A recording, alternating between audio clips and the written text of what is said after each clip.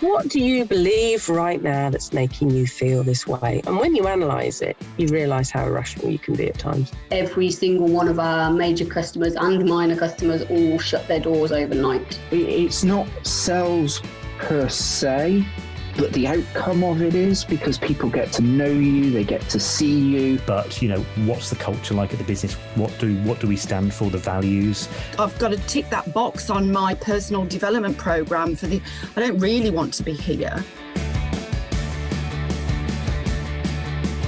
Scaling up a business isn't easy. If it were, we wouldn't have less than 4% of businesses scaling beyond 10 employees or around £1 million turnover level, and less than 1% beyond 50 employees. But the contribution that we make as owner-managers to our economies is immense and should never be underestimated. Yet it can be a tough gig for all of us at times, and only other business owners truly understand the challenges that we face. And through Scaleup Radio, we aim to help make things a little easier. We interview guests who have been where you are now and may have faced some of the challenges that you are facing. And they offer their thoughts and advice on what has worked for them, as well as what didn't. And we've also combined many of the lessons from these interviews, and also through working with hundreds of owner managers over the last 10 years or so, into a practical scale-up handbook that we've called the Entrepreneurial Scale-Up System, or ESUS. And it's for owner managers like you and me as we navigate our own scale-up journey. And you can order a copy through your favourite online book retailer, or by going to all the W's, esusgroup.co.uk, www.esusgroup.co.uk.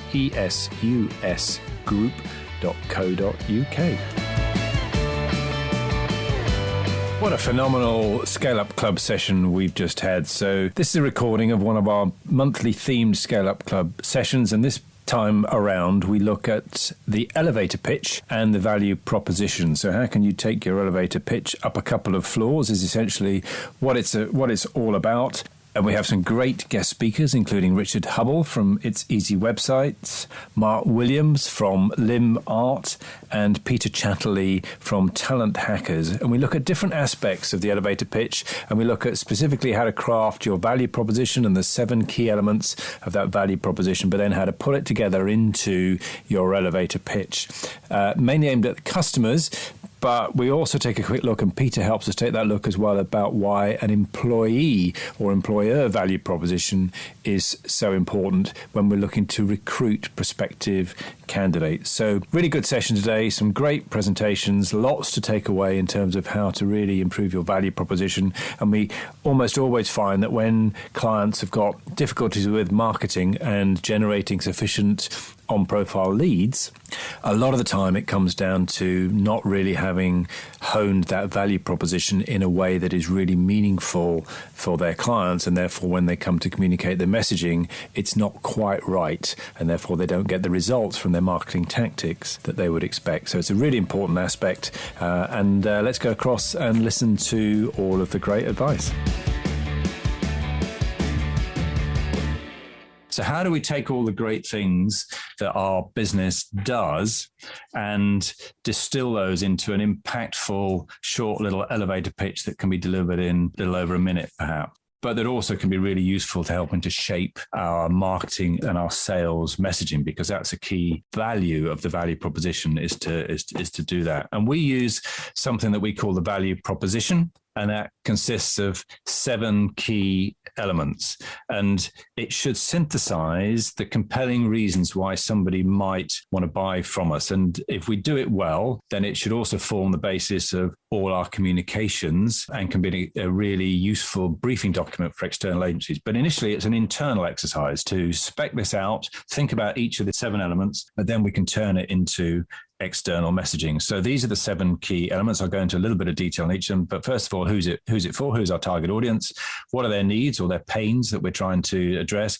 What's the features of what we do? What is the offer? But most importantly, then, what's the benefits against those needs and pains that we've said?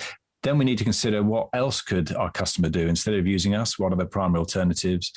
How are we different from them? And lastly, that credibility, which I said we addressed in more detail because it was so important last time around. But how do we prove that what we say we do, we actually do? So the first thing to think about is who we're in the lift with, because we could be in the lift with a potential investor.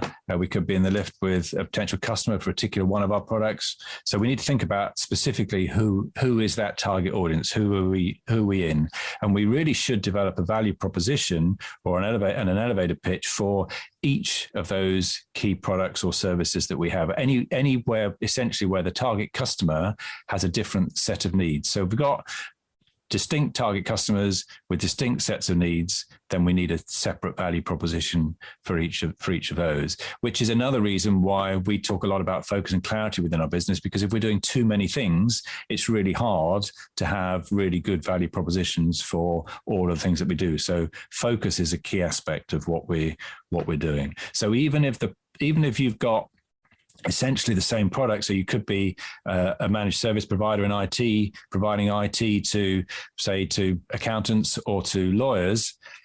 Then if they have exactly the same needs, then you've got the same value proposition. But I would argue that a lawyer would have slightly different IT needs from an accountant. And the more that you can have a specific value proposition for each of those target groups, the better. And you might even cut it down even further than that into specific types of accountant or specific types of legal firms. So as I say, first, who is it for? The more specific that you can be, the better. There's lots of ways of identifying a target audience. I'm not going to go into all of the details there, but essentially where they share similar needs, but you want to make sure that target audience is a size worth going after if it's a niche, but they also need to be identifiable and reachable. There's no point in defining a target sector where you can't get the data to actually target them and reach them.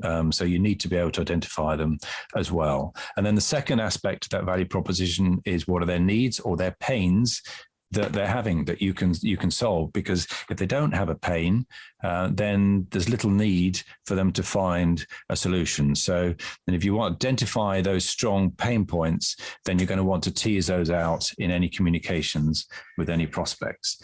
Then that next point 3 on the 7-point checklist is the features. So typically, what are the features of the service or product, which is usually pretty straightforward once you develop those.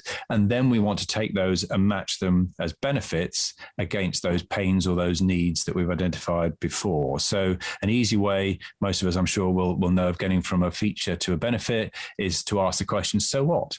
Or what this means to you is, and that helps us to phrase that in that benefit. And try and make sure that clearly they're really identifiable benefits that really are benefits to the customer and not just things that we need. And we'll talk about that in a little bit, because it's always a good idea to test a value proposition back with the audience. Then we want to think about the primary alternatives. What else could they use instead of us? And of course, we've got the direct competition, and I don't necessarily mean about identifying company names, although it could be, but it's types of competitors, types of alternatives that they could turn to. But essentially, it's who else is competing for that budget. So if you're talking to a company and they've got a budget, what else might they be spending that budget on to try and address the needs or the pains that you've got? And of course, one of those is that they could be doing it internally, or they could be not really addressing it at all. They could be just carrying on as they are. So we need to be able to address that as an alternative, as well as not just the direct competition, but it could be substitutes, could be an alternative. If we think of the Channel Tunnel, well, if we think of a ferry company, let's think of a ferry company, then a direct competitor would be another ferry company, but the alternatives or the substitutes might be going through the Channel Tunnel or flying or finding some other way to cross the channel. So think about those alternatives as well when you're doing this exercise. And then for each of those, you want to be able to say what makes us different. And although I've got superior service on here, service alone is not necessarily a good long-term differentiator. I'd argue that it's becoming just an expectation. We must have a good level of superior service, and all of us will talk about giving great service. Nobody talks about giving bad service. So be careful about using superior service as your main differentiator. So think about it that way. And then, of course, we need to be able to prove that what we say is true. And put yourselves again in the shoes of your target audience. how can we really establish that credibility? And I say we looked into it a lot more last time around, and we discussed the fact that, yes, we've got to do maybe case studies and testimonials. That's the common way of doing all of these things. But many businesses do this. So how can you really go to that next level and make sure that you really can prove that? So this is part of building into your planning, the idea of building credibility over time. So do we need to establish ourselves as a thought leader in the marketplace? Do we need to win awards? Do we need to be recognized? Do we need to have strategic partnerships or endorsements? But all of those things that maybe go beyond just simple case studies. And for some businesses, particularly for high value purchases, that can be extremely important. So thinking about really how you can do that. And of course, for new businesses or new services, of course, it's tricky as well. So you need to really work hard and think about how you're going to move yourself along that adoption curve in a way that really establishes that belief and that proof. So that's a recap. Good value proposition is going to cover these 7 things. So who's it for? What are their pains and needs? What are the features, the benefits? What else could they spend their money on? Why are we different and better? And how can we prove that? And you can see that you could take each of those. And so, as I say, we can do the work and drill into those as a brainstorming exercise within our businesses and get all the detail. And then we can synthesize that into nice, short little elevator pitches for each of our products and services. So, who's it? And in fact, I did an example of that. You want to test that with your customers as well, because it might be that some of the things that we've thought about in our value proposition that maybe are really good differentiators or really good benefits or identified those pains, when we sit down with our actual target audience, maybe we need to hone that a little bit because, hey, you know what, we don't talk about things in that way, or actually this is a bigger need for us, or that differentiator that you're saying, really, we don't care about that. You know, you've got lots of yellow vans on the road, bright yellow, but we don't really care whether they're bright yellow or bright green. So maybe we need to think about something a little bit different there. So I did a little test. We've all heard about ChatGPT, I'm sure. And I thought, you know what? I interviewed Tim Binnington from Manta Hairbrushes the other day on Scaleup Radio.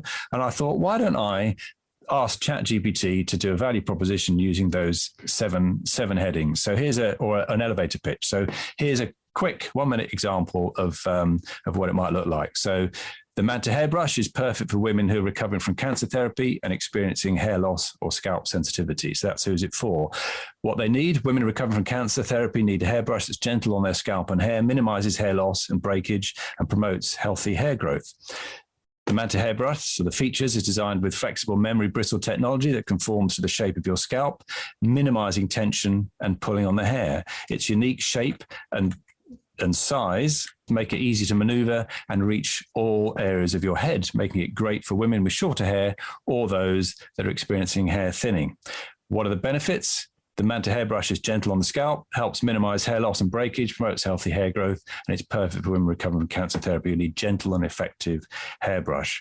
There are many other alternatives on the market, but most fall short. Some popular alternatives include paddle brushes and boar bristle brushes. Apparently, I have no idea what they are, but they all suffer from the same flaw, which is the hair has to yield to the brush because it's stiff.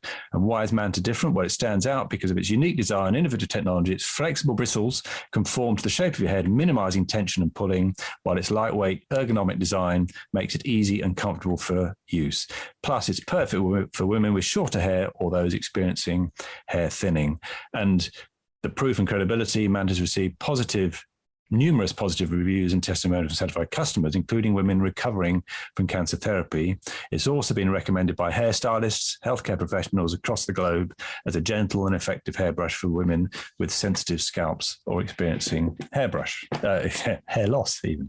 So there's a very quick example of how you can use ChatGPT to do some of the work for you, but also how the value proposition might transfer into a nice little elevator pitch that you can deliver. That probably took me just over a minute, but you could hone that down into being around about a minute, nice and clear, covering all of those key aspects. And you can probably also see how you could take some of those things and build your messaging, whether it be around web pages or marketing communication materials, and you could start to build some of those key things in there.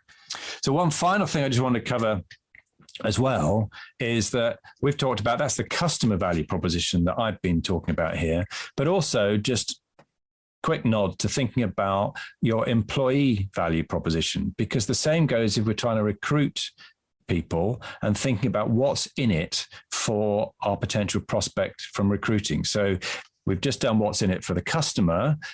This would be about what's in it for a prospective employee if they come and work for us. And we all know how tough it is at the moment to find good people. And as small business owners, it's always tough for us to compete with maybe some larger, better known business brands in terms of finding people. So we need to give a little bit of weight and thought to what is the employee value proposition. And we've got Peter Chatterley in a moment that will look a little bit more around that aspect. So the questions can be similar, but Peter will talk about how we can structure that.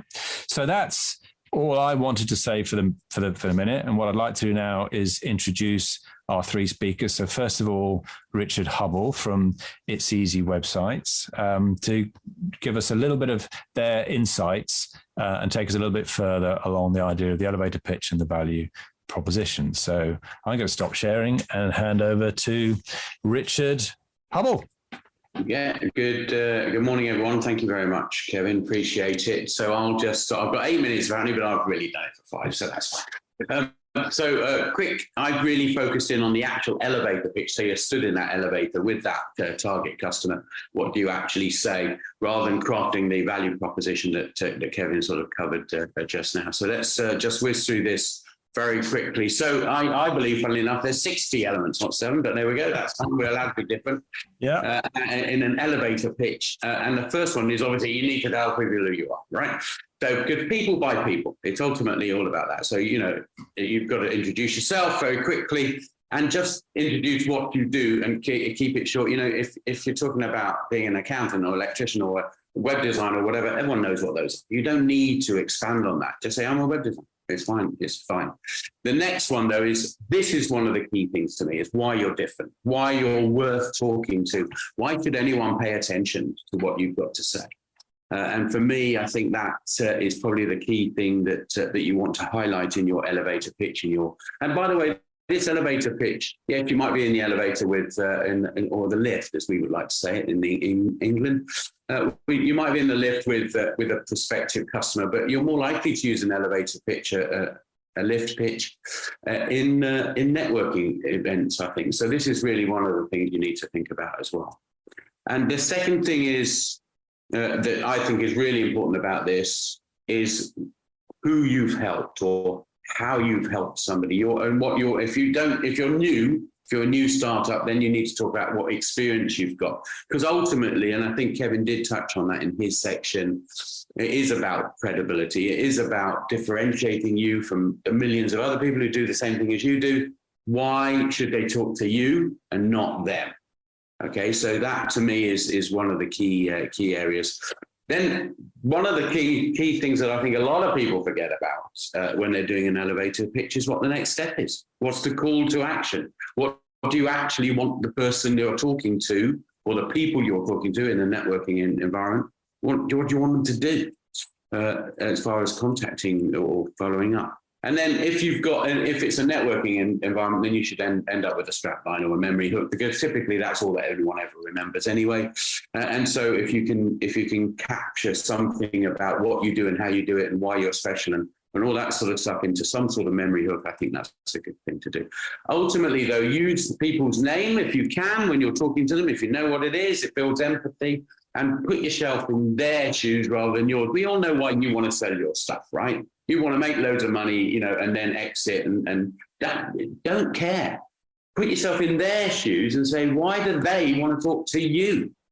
Not why do you want to talk to them? Okay, so try and think it round that way. So here's a good example of what I do. I say, my name's Richard Hubble. I'm from It's Easy Websites. We help startups and small businesses or even more established businesses here in Gloucestershire to grow. That's what we're helping them do. And we do that by delivering creative and flexible and affordable and beautiful websites that rank really well on Google, and they look great on all types of devices, including mobiles, because everyone uses one of these nowadays. They're when they're surfing the net. We also, as a differentiator from many other web designers, we do a pay-as-you-go commercial model. It's all in, so all our clients have a completely predictable monthly investment on their online marketing, and it suits their budget. So we've got different packages for different budgets. And what I believe, and this is absolutely contrary to what Kevin just said, is that we go and we provide local support that really many other web designers just do not do. We provide ongoing local support, and I think that's really important and a differentiator for all our clients. We've helped lots of clients in the same sort of business as you. Over 7,500 websites over the last 15 years have been provided from It's Easy. Maybe you know, and then I typically, if I'm talking to an election, I give an example of an electrician that I've done a website for. If I'm talking to a business coach, I'll give an example of a business coach website I've done previously, and just say a name one that's usually quite a high profile one in the industry, and say, oh, maybe you've heard of blah, blah, blah. They found, and this is what I usually use as the one, is they weren't getting really any inquiries on their website. So, but since they moved over to our service, they're getting 2 or 3 new sales leads coming through every month. So if you're in the same boat, we'd love to help you. And that's the catch, right? Because most people want more inquiries. And so for me, I find this one has worked best for my business at least. And then I'd say I'd be happy to pop round, have an initial no obligation chat. If I'm in the actual real elevator, then I'll hand over my card at that point. If I'm in a networking group, anyway, I'll just say, lovely to meet you, Fred, Bill, Jane. As the card says, I'm Richard Hubble. We help local businesses grow with brilliant designs and better results. That's my catchphrase.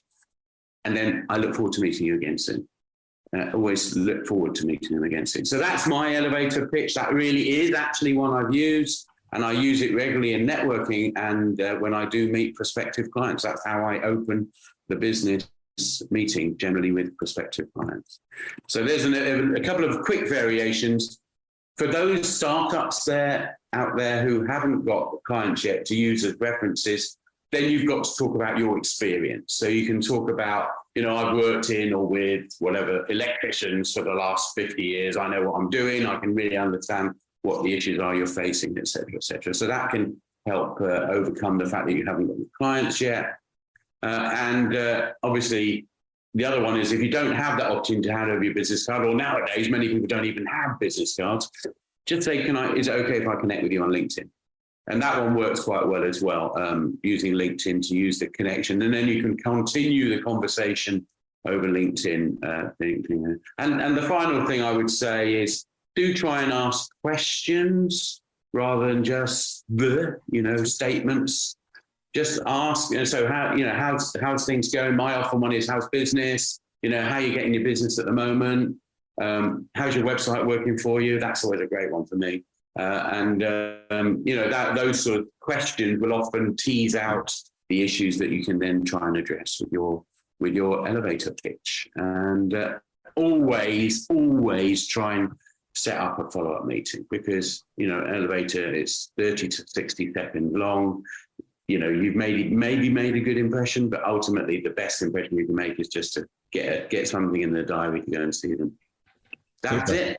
Thank you very much, Richard. That's great. What we'll do, I think we'll hear from the other two, and then we'll come back and see if there's any 1 or 2 questions. But we can address most questions in the breakouts, I think. So thank you very much for that. So now I'm looking for Mark Williams, because I want to make him big on the screen. Because Mark was a guest on Scaleup Radio, and I was blown away by what he does actually, and it's such a unique proposition that it fitted beautifully in with the theme. So over to you. Good morning, everyone. Thanks for the invite. It's a pleasure to be here. Maybe if I just give you a little bit of a background on me and our business. So my name is Mark Williams, PLY. You might have seen. I'll come into that in a minute. My business is slightly different because I didn't start the business. The business found me. The story started in 1982 when I was 10 years old. I got hit by a car riding home from school, rushed into the hospital where the surgeon came out in the evening to speak to my parents and said he had some good news and some bad news. The good news was Princess Diana and King Charles, as he is now, had just had a baby boy, which is Prince William. And the bad news is they couldn't save my leg. So that was the day I became an amputee, and how I celebrate my ampuversary every year when I see Prince William's birthday on the news. That led through to a swimming career. So I competed for Team GB for about 6 years and became Paralympic world champion, which gives me my Paralympic title. And then I joined a chemical company for 25 years. Ended up running their Europe, Africa, Middle East operations. And it's where the business really started finding me, because when you have a prosthetic leg from the NHS, it kind of looks like that. It's very good at walking, but aesthetically it looks terrible. And then when you wear a suit like I used to have to for work, your trousers flap around it like a flag around a flagpole. So I, 5 years ago, invented the first prosthetic leg cover. So there's a nice carbon fiber one. So it basically turns the stem leg into a shape. And then we started making them funky. So here's our limb art designed one. Obviously, this isn't absolutely in no way a take on Red Bull, because ours gives you legs rather than gives you wings. So that's our business. The business found me. I made one for myself to solve my own body image issue, and then other amputees saw it and said, "Where'd you get that from?" "Oh, I made it myself. Can you make me one?" And another. So I jacked my big corporate job in, and we do this. There's 4 of us now. Do this full time. I think from a sort of elevator pitch, I have an unfair advantage over most people, being a monopod. Because I can walk into a lift and just go, "We make the world's coolest prosthetic legs." And if nobody opens their ears and their eyes to that, then they're probably not the person you need to be speaking to. Where it is important for me is to really understand that there's 2 people I need to deal with, and they have very, very different needs. So one is the patient. So in the UK, for instance, we sell via the NHS. So any amputee in the UK can just go into their limb centre and order a limb art cover, and then we sell around the rest of the world with different partners. And we create exclusivities in those countries. But if we take the UK model with the NHS won't sell anything of yours. You get on the system, and then once you've got on the system, you need to create a draw from the system. So you need to speak to the patient.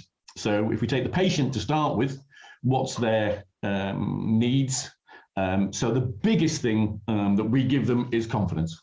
That when they walk in a room wearing a limb art cover, a carbon fiber one of the Queen, or Harley Davidson one, replicating your fuel tank on your bike, they walk into the room and the first thing people will say is, "Hey, that's a cool leg," which is massively different to walking into a room with a stem leg on, everybody looking, you feeling a bit awkward because they're all looking at you, they now feel awkward because you've clocked them looking at you, and then nobody knows what to say until someone eventually says, "If you don't mind me asking, how did you lose your leg?" Which is a real bad way to start a discussion.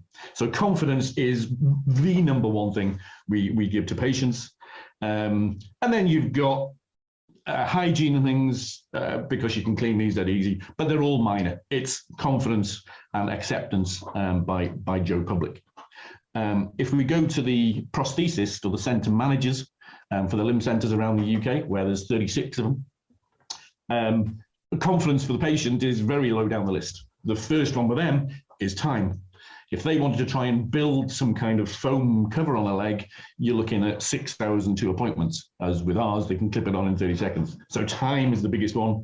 Hygiene, again, is a good one, especially with COVID. COVID gave us a real boost compared to anything else that's out there. Patient choice, and then last, it's cost with a small c. Of course, with the NHS, cost and the price of everything is very important.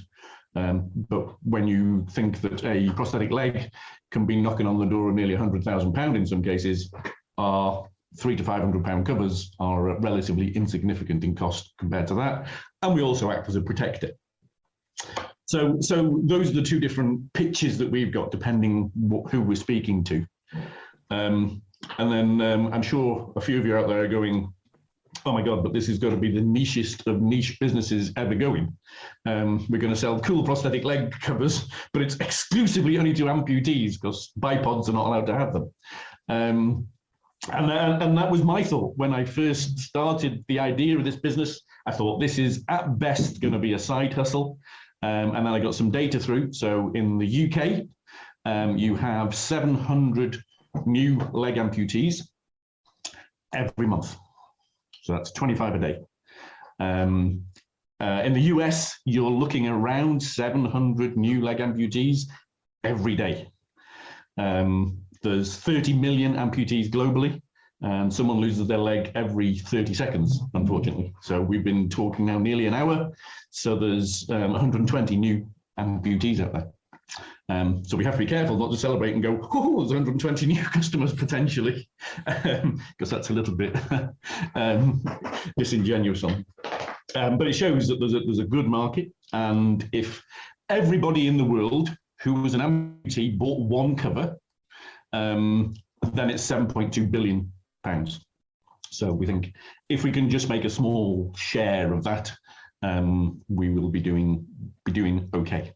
And then those kind of numbers are thrown into a cocked hat because, like, a lot of our patients and customers now have 6 or 7 different covers, because you want to match different clothing, you want to match different things, and have a Christmas one or whatever.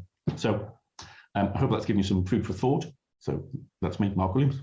Brilliant, Mark. That was fantastic. I think everybody can see why I wanted to have Mark on.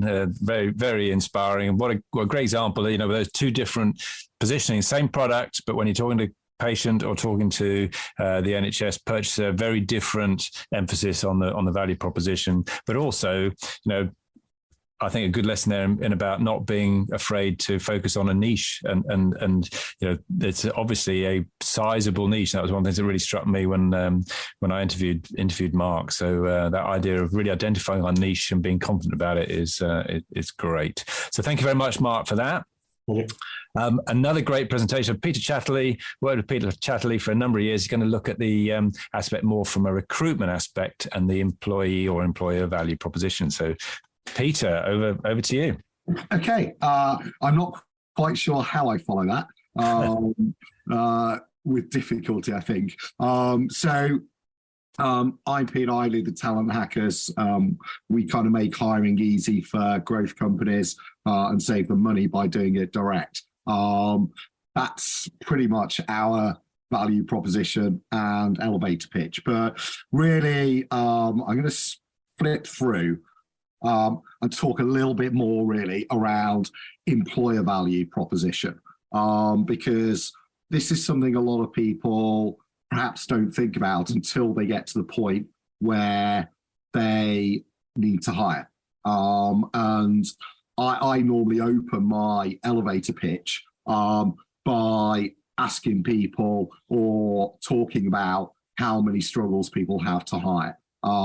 And I haven't met a customer yet that has struggled to hire in the last 5 years, because the market is so tough.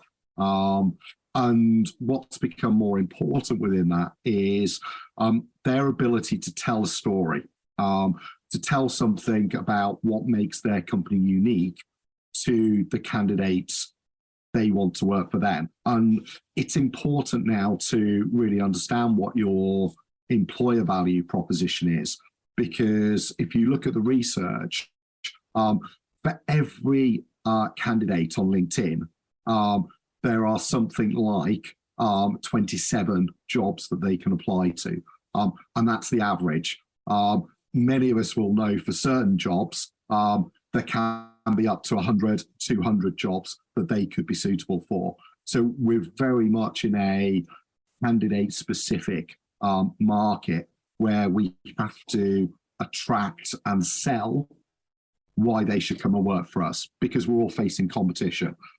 We're in a new world where, for many people, the ability to work remotely, the ability to just literally work from anywhere, means that they have the opportunity to work for pretty much any company they want to, which means we as company owners, as hiring managers, have to really be able to enunciate what we can offer that candidate, that employee, to stay working for us. And different types of employee will want different things. So, baby boomers and Generation X, my generation, we were looking for stability, jobs for life. people in the candidate market now, they're looking for different things. They're looking for purpose. They're looking for flexibility. So having different EVPs for different types of candidates is also something we have to think about. How do you understand what your EVP is a question I get asked a huge amount from our clients. So there are various ways to do this. The best one is to do an employee survey. If you're a big enough company, find out why the employees who work for you.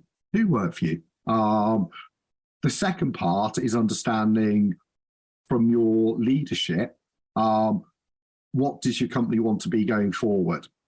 What's its values? What's its mission, its purpose? And then understanding what do you want to actually hire? Companies hire different people. Some people like to hire people who are perhaps more mature because they bring different skill sets, different attitudes to work. Some people very much, they need to hire apprenticeships or graduates to grow a business.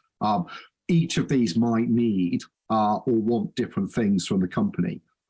So thinking about all of those helps you then create what it is that you're able to offer people, and things you think about when you're doing this. So when we used to hire, it was all about what salary can you offer.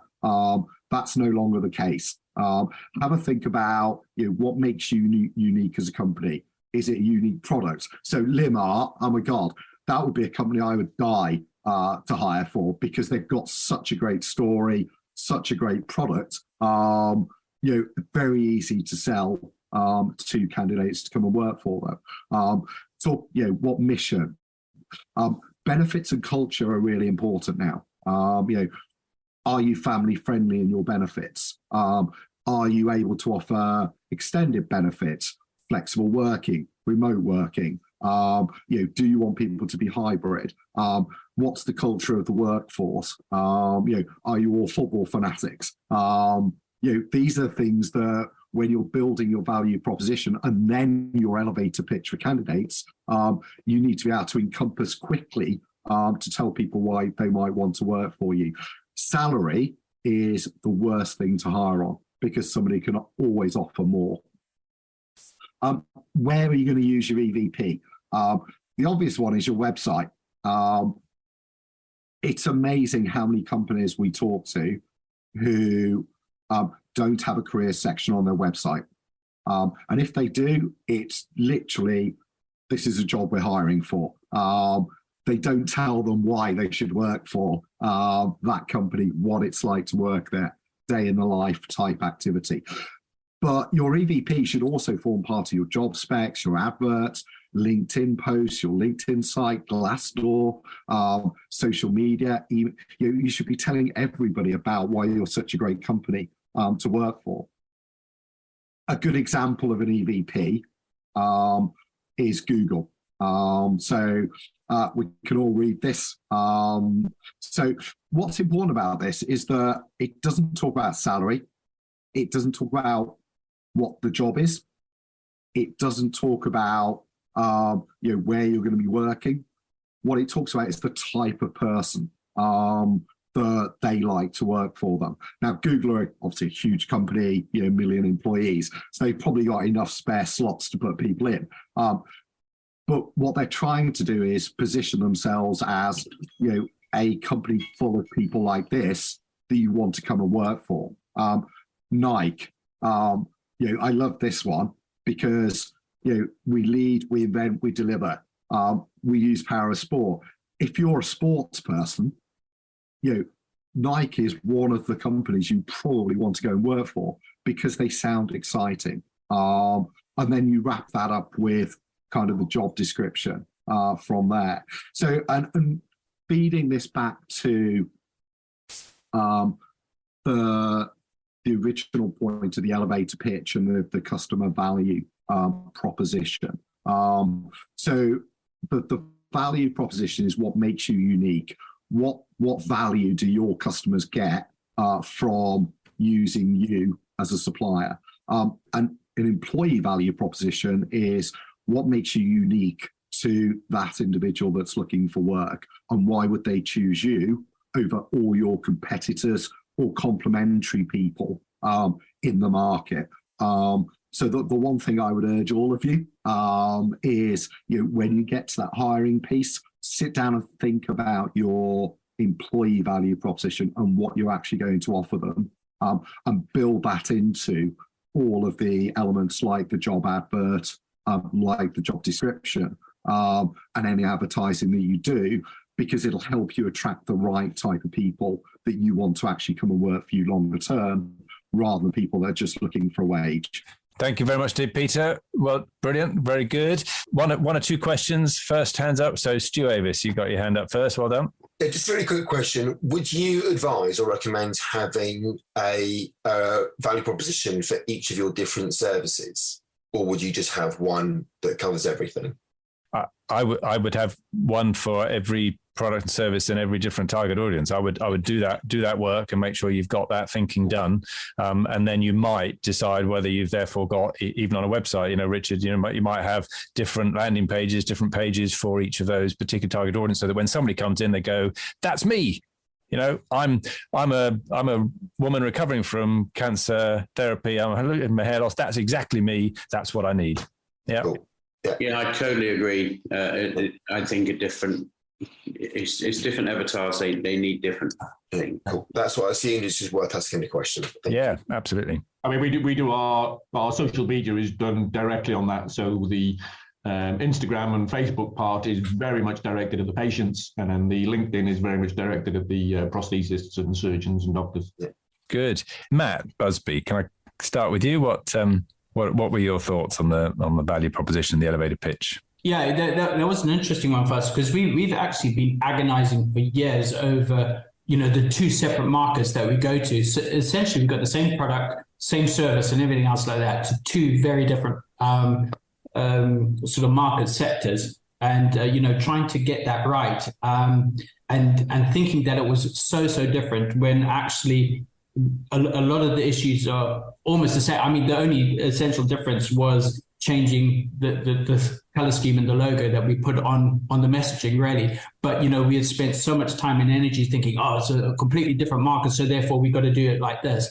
And it was actually only having worked with Stu and done, the Nexus and our manifesto, that it really crystallized our thoughts in saying that, we've got that offering that we have, two different markets, but essentially the same message, and it's really helped us get our elevator pitch together, because it is the same, just a very, very, very subtle difference, which so that's it. It's worked well for us, going through that and just understanding our key positioning, our values, our core purpose, and stuff like that. Really got that together, helped us. Good. Sort of, and we had our thoughts there. Excellent. And just to pick up on that point, we had a really nice little presentation from a guy called Mark Williams, who runs a company called Limb Art at Scaleup Club. And essentially what they do is they make limb covers for artificial legs. So the core idea is that it gives a bit of shape to the artificial leg, instead of just being a flagpole, as he called it. He actually is an amputee himself. So that's the first thing. So even when you're wearing trousers or whatever else, you've actually got proper shape to your leg.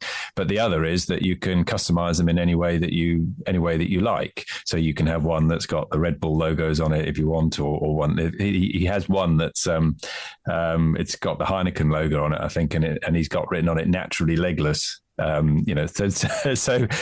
you could. But what he said is the value proposition. He sells to individuals, but he also sells through to the NHS, to the procurement managers and the people that are buying for their patients. And he says the needs are different, completely different. It's exactly the same product. When he's talking to individuals, it's all about the confidence. That's what it's giving the individual.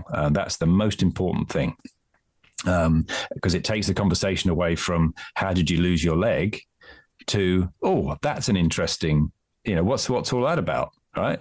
So it gives everybody that greater confidence. When he's talking to the NHS procurement people, it's all about the ease of fitting, the ease of keeping it clean, all of these good things, and the confidence to the patient drops down the list. So they talk in very different ways when they're doing that. So thanks for raising that, Matt. Richard, what's your thoughts on elevator pitches and value propositions?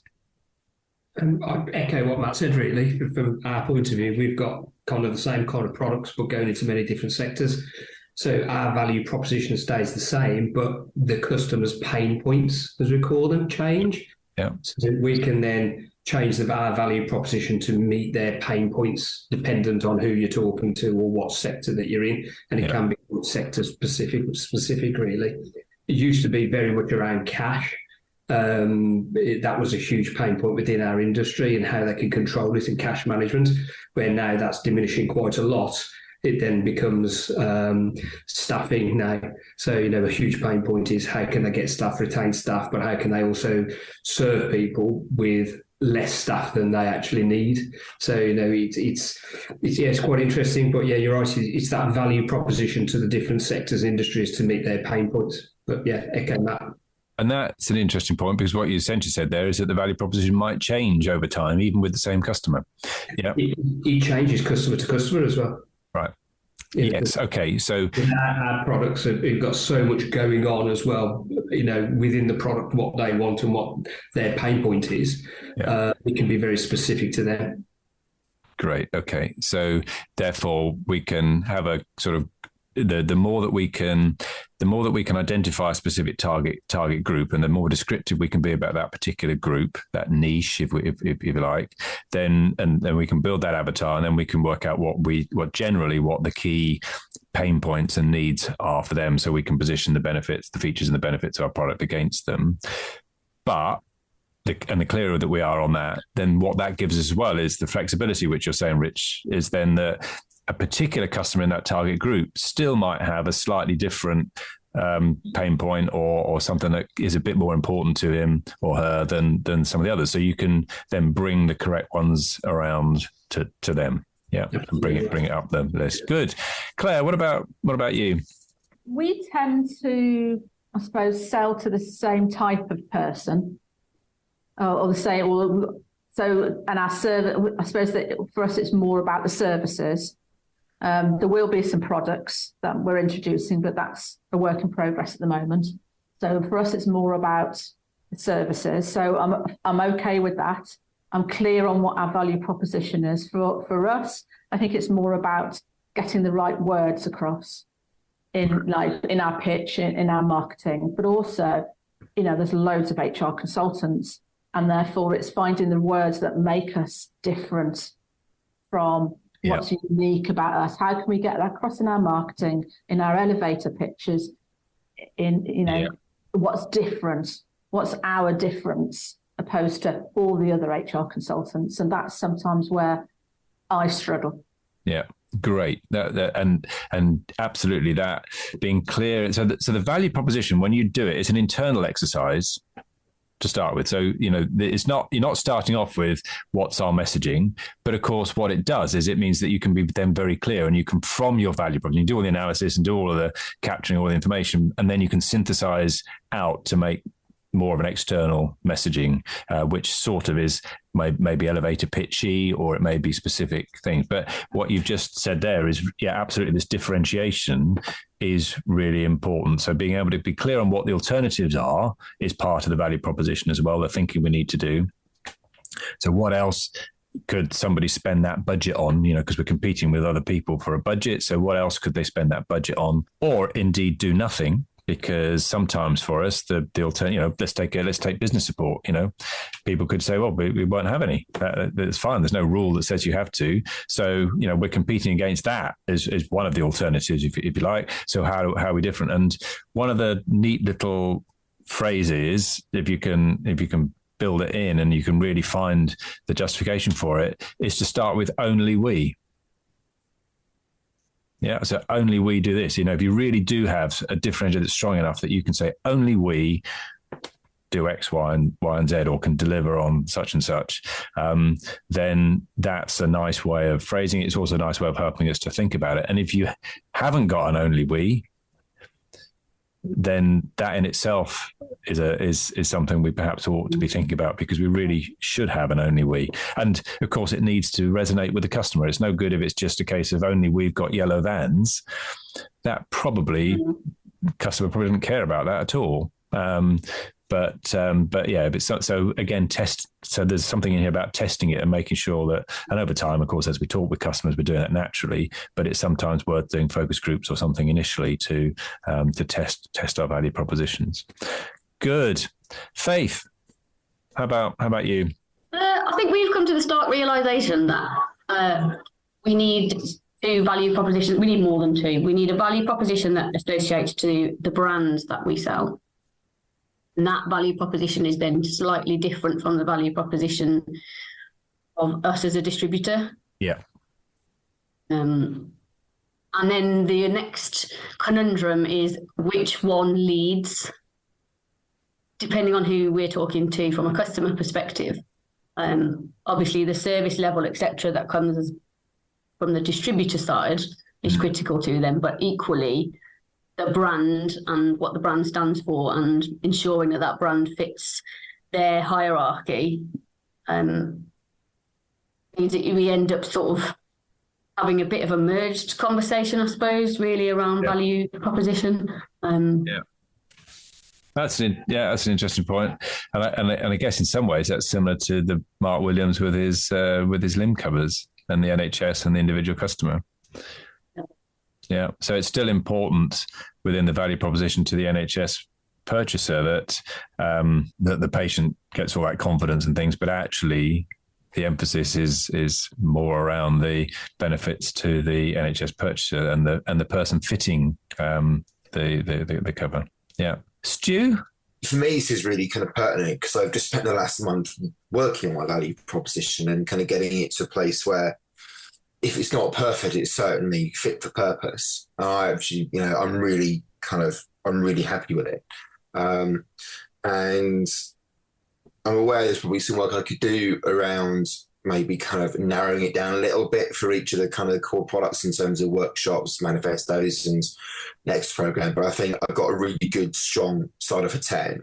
And I think what it's given me is real clarity and real confidence in knowing what I do, who I do it for, and why I do it, and beginning to get a sense of how I communicate it. So having done that piece, then that naturally then led to a complete rebuild of the website. Because I looked at my website and thought, that doesn't say anything that is in my value proposition at all. So I need to go, so I actually carved out 3 days, I think it was, and just knuckled down and just got it done and rewrote it, rebuilt it, everything else. And that's been a really big positive. And I think that for me, the biggest thing that came out of it is actually taking it from a we back to an I. Instead of we do this, it's I do this. And kind of making it much more about me as a consultant rather than this generic we as a company thing, because it is just me. And I need to kind of own that a little bit more. So for me, actually, that's been it's been a real journey, but it's amazing to think that in 13 years, I've never actually really had a really good, solid value proposition before. So for me, the biggest bonus is the clarity and the confidence that kind of come with that. Good. And you mentioned as well there, understanding your customer. And of course, this is another reason why focus is so good. And there's so much noise out there for everybody, isn't there? We're all competing with lots of other people, lots of other noise, all those things. The more that we can narrow down on specific types of customers and specific needs that they may have, the more then that we can really understand that particular customer group, and the more that we can strengthen our value proposition. So actually niching to and being really clear, and we all hear it from all the marketing people, about customer avatars and all of those good things. But it is so important to get right down to really who are we going to really go? What's almost the needle? We need to sew the needle through. We need to break through, and using a laser needle kind of type approach. So the clearer we are, the more focused we are, then the better. Matthew P. So to be honest, I've always struggled a bit with, I suppose, with value proposition. I think because they're going to take into account different kinds, I suppose, customer avatar. And everybody's got different requirements, and they would not be cost. That some don't see the benefit, some do. And I think obviously what the point you made also with Claire and obviously with Rich is very valid. It's exactly the same boat that we're in, offering so many different services, and it's not always applicable to every single business. So I think from my perspective, how I've seen our value proposition change, and something we're looking at is actually to try and niche down a bit and be more specific around our customer avatar, say being 10 users plus as a minimum, as an example. Yeah. Offering a set amount of services for that, so with that level of support that every business needs. And I suppose aiming for that no with clients sooner rather than later, so they opt themselves out of our services, so that we know they're going to understand our value or not from day one, rather than having those clients that purely look at it from a cost perspective rather than what the value perspective is, being part of the battle that I suppose we have, because again, it's difficult to find a USP within such a saturated market, the same as what Claire was sort of suggesting as well, because everybody offers a very similar thing. It's just the delivery is the only thing we can be a little bit more unique on, is how we, onboard clients, bring across services, provide a level of understanding or transparency around what we do, that sort of thing. Again, I hear what you're saying, and again, that understanding is key. If you think about if you were dealing with professional services, let's say a law firm, if that was one of the sectors that you were focusing on, then what you want is for them to believe that you understand all of their needs really clearly. And even if the service that you end up offering would be exactly the same as you would do to an accountant, if you've demonstrated a real understanding of the needs of lawyers from an IT perspective, and you've been able to demonstrate some credibility as well, whether that's simply, we've done it with how many other law firms, or you've got specific examples of things that you've done, but are relevant to them, then they're going, okay, compared with the average IT company, I see that SurfTech IT really understand my needs, and they've worked in this sector before, and they're therefore likely to do a much better job than somebody else.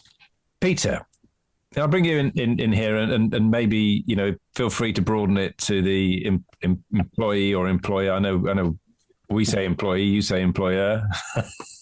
Employer is generally the best description for value propositions, or tends to be the most common kind of in the industry.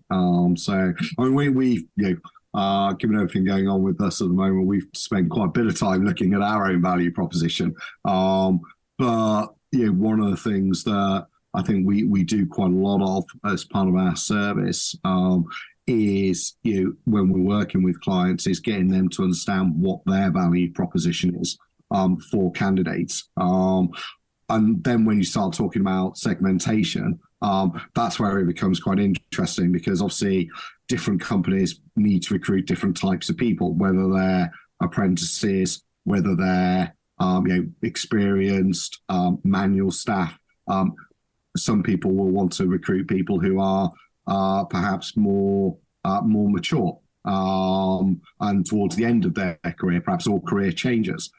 So each of those has a different value proposition from the employer, and it's kind of almost the reverse of thinking about it from selling a service almost. What you're selling is yourself as the employer, and what you then offer to those individuals. So you have to go through the same process of understanding what they need almost as customers from you, and what story do you tell to them, and what makes up, what are the things that make you unique, which in the current market where almost everybody's hiring, everybody's struggling to hire, you have to be able to tell a good story about why someone should come to you, rather than your competitor down the road almost. So it's quite interesting. It's the reverse of what we typically think of as the value proposition for ourselves. We're thinking about what do we need to offer to other people to get them to come and work for us. So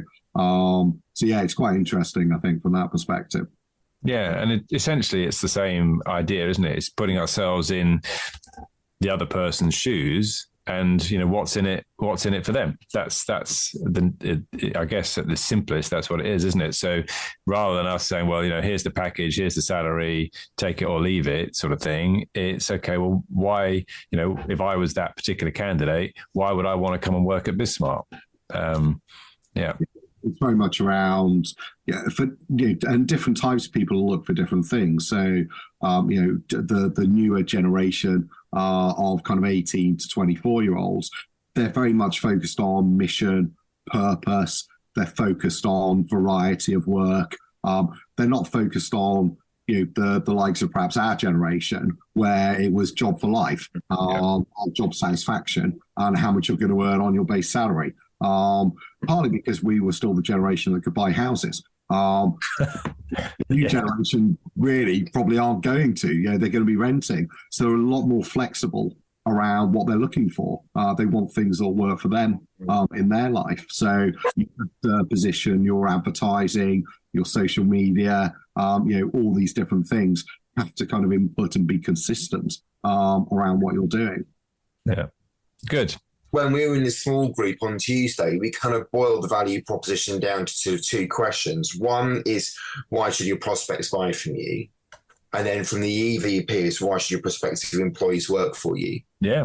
And actually, that was a really simple way, because one or two people in the group hadn't really thought about it before and hadn't really heard it. But actually, when we put it down to those two kind of key questions, it's like, oh yeah, okay, I can begin to answer those things now. And you then expand it out into the kind of the who, the why, the pain points, etc. But it does come down to actually, well, what is it that makes us different? Yeah. And that comes down to kind of purpose and values and some of the slightly more intangible things, as much as then the services that we offer and the way that we deliver those services to our clients, and the way that we talk about them in terms of the marketing message and all that kind of stuff. So brilliant. Louise, I know you've got some thoughts on value propositions. Anything you'd like to bring in here? I love you said that, because I actually think we've had a really, really good conversation around this. And I think some really good things have come out of it.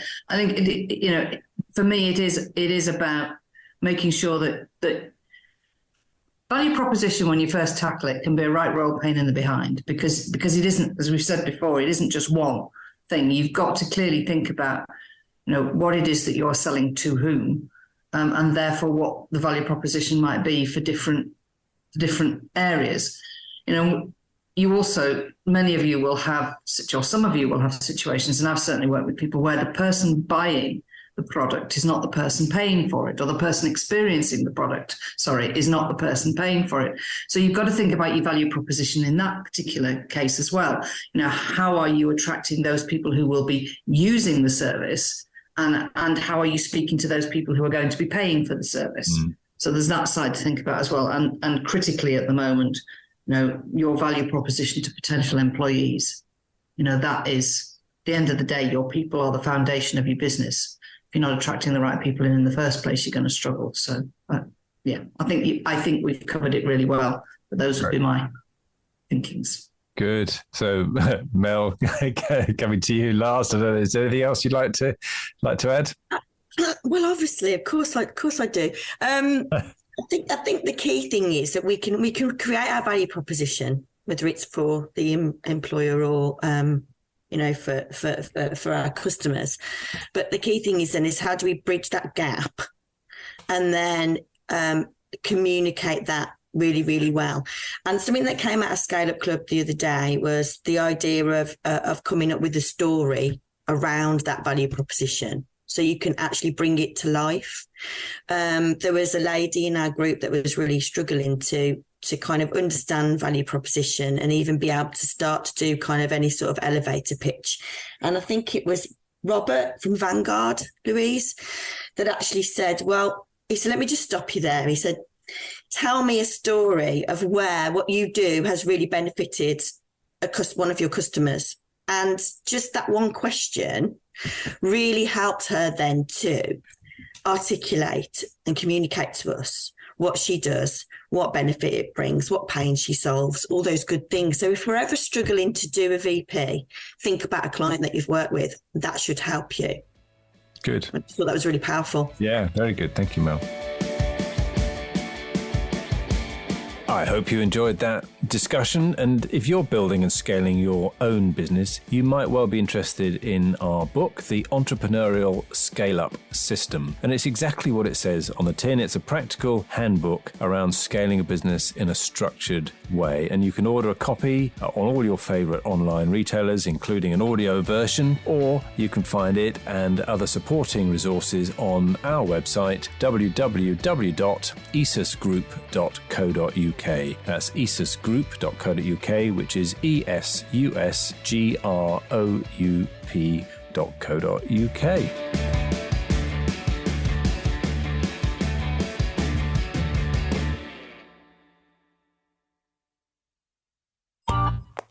This has been a Monkey Pants Productions podcast.